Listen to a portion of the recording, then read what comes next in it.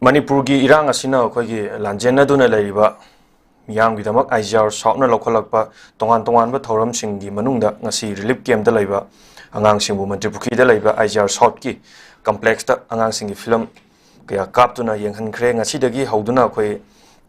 tha khudingi angangsing asi akhoi angangi oiba movie sing yenghangani amadi chahi khudingi angang mahiroi ani khangatuna class 12 fawa free da like tamhangani amadi senthok lambi gi yengaga zo koi mushroom thabagi khudong chabsi bigani hai yojama sida akchani ba point di chahi khudingi satra mahiroi ani khangatuna relief camp digi oiba free da like tamhangani haibagi wafam so moi higher authority na zo thoi yojama se chahi khudingi mahiroi sing akhoi army camp akhoi IGR South ta laiba sida free da like tamhangani ana panbiriba si chahi kaya amu akhoi relief camp se thambigi duribano ITP sing ase mayumda hanjalam dabida thamgi duribano angang singi oiba angang na pamba film khara kap adagi akhoi garden kha pubiba adagi angang sing harauna sports ki item khara pisan ba sumai torwa kyang kuina thambigi duribano chahi khudingi sa mahiroi ani khangatuna akhoi class 12 hour free da like tamhangani adagi senthok lambi natai chada kisu akhoi mushroom planting asi tawduna senthok lambi lehangani ana ngarang gi akhoi ngasi headlines ni job video jama sikari mo thambini ngo Ujara kesho masikano ne koina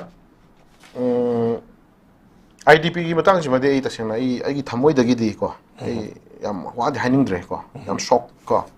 ai khoi isagi leibak amada isagi lekai amada isagi yum amada khoi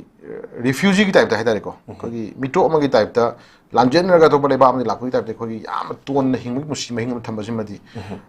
ujara kesho masai pende ko pende na Pana government lady ba dagi dana ma to any kind of second khuding magna mar mana ngam jaba hoi to pang de hamti mem pang nari ko magi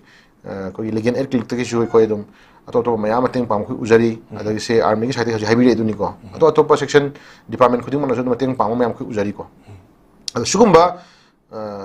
mayam na teng pang jila ba bu de khoi pian man nai roi da bhai dare ko khoi gi punshi mahing ji mi amana mioi ba mana ngasagi sao chek bawda magi makon magi mohum masam na sajaraga no chila ko matam dara chagana magi privacy ham len rijari min pramani privacy du lehendraba ko mayu me kai mai thadok piraba ko adu dena mana ngasagi hingi punsi mahing ji kari shura ko hingda ga habe biste ano khang ngamta bises laba sugum bai stage de tanga pne koina koi mioi bagi ngasagi human ga no ma kai nest ga no na koi ga ni minung sia moi na koina moi ngam jama teng pang du yamna phai ko yamna phai to butabu sagi ida sta koina adom dana taba sai jagara kesna bi do adom taba moji yam thuna masa masagi marum damda masa masagi marai kai da masa masagi mayumda hanjala matungda ko moi ngam jaba khara khoi khogi khasam ini khoi mateng pang ma khara pangsin bi kan dai tare ko khoi pakhan da khalaju ko low ujaraga wagera antagana misri oibo wagera antagana magi haiba sin family the business wagera whatever to ujaraga anda magi normal life tuma hinjana gi mai tare ko lambi mai khoina thuna singi bun hena madun hena khoida kana lekin hai tare ko ano ngasai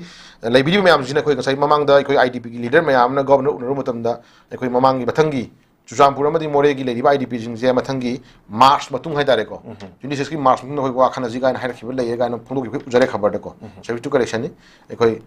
mamang da ministry of home affairs ki gamda khoi unabiru matam da in the month of december gi man khoi tangka omno thona khoi lure halangani ga hai insurance tu khoi more amani chujampur yaram de ga na phundu gi khoi du hai tare ko ja rakesho ko na su mayam jing je khoi tasengna IDP kangbu singi sanga mo dirate na ojara ke sorko mioi bani dena ko mioi bani moida mogi da khoina kana ba khoina ngase ina ngamjaba khara agi ngamjaba khara putho kana ngang china khara gi damakta kanom chamin ruba kanom mating pang haduna aduna part amani dena ko maduna di mogi life si loi bani tri hetari pramani ko haushu mangai mari mata yeng dana like tam hanbi ba adagi imung manungi ngasai mating pang ba then masagi school college gi fee sino honam mari mata mayam chang jang na se mangam jang thok su to mayam gi yauri hetare ko sugu mayam jing se ayem na mating pang ba in mi am mai pang de jara kesko adana ojara kesko na pang ju mi mai penting pang ngam ngam to ko ade khara he ngam mi mari mating pang gi bi ai adu ga su whole apun gi ni yang kan da kayam kuina khoina da pang le gam dun ha ko sino lai ni aduna lai ba lengak sina ko adu mayam jing du kitang kutana khana bi da kan da ko tuna masagi mayum da halal birakanda mogi bihom thokpa government pa hong thok mateng khar pang bira matung hai tare ko praja da sum lakchani anga mateng lang jani duga masagi lai hamdu de lai jarakanda masagi mahum haris ni gono jara keso pikkere sawgera nong chit akan mi da lakera lawera khogi ape poche mongti na ga lai poche masadu ba uda khogi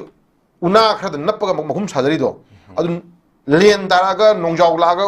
nungsit nungsa laga tatlaga paigini kai thonarkani khangkhalli nebo khangi neba khangaju khangna magi mahum ma sam sajam matamda mahum du leiragadi ma hingani habi thajaba mongda expect on lejari nebo ko adumaina same thing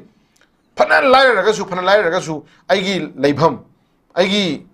pothabam aigi privacy habi du taragadi phana lairaga su ojara keshor karahini hingani habi asama din leiduni pramani ko aduna hajik aikoina nushi haidana su AC over room ma kada mama masa masimana plug thamjalaga leminaro haira babuda miyobagi privacy du letragandi AC room no chana biar oebko AC room no kanar oebpo toduna nong yugera phanglang hogera wasi na khagera migi privacy habi jaga amni taragadi adum hingadu ya sam tuan gani bko si living style to aduna ojara ke sai haji ningi si mateng pami budi amna phare ko sahi khudingi to bini habu yam phai dubu sai hangbi potoni sahi khudingi hera potu de tangai phadana how many years sahi kya thungira ko sinum lai ne bko aduna sahi area si de koina koi mateng phana panga su 상태나 탐민 khai khoi de phabo iroi aduna sahi yayo ba khai hai mising je liga idp sing je masa masa gi mayum da hanan jar kanda masa masa gi privacy leina masa gi hingnam lambi ma horan ja gibduna he na madu oi ba khoi gi myo ba magi hai ta to hum do dharma ai ta re ko adu oi gani ha khoi tham jar kanda yam thu na mayum da hanan me pam do ai tham jagi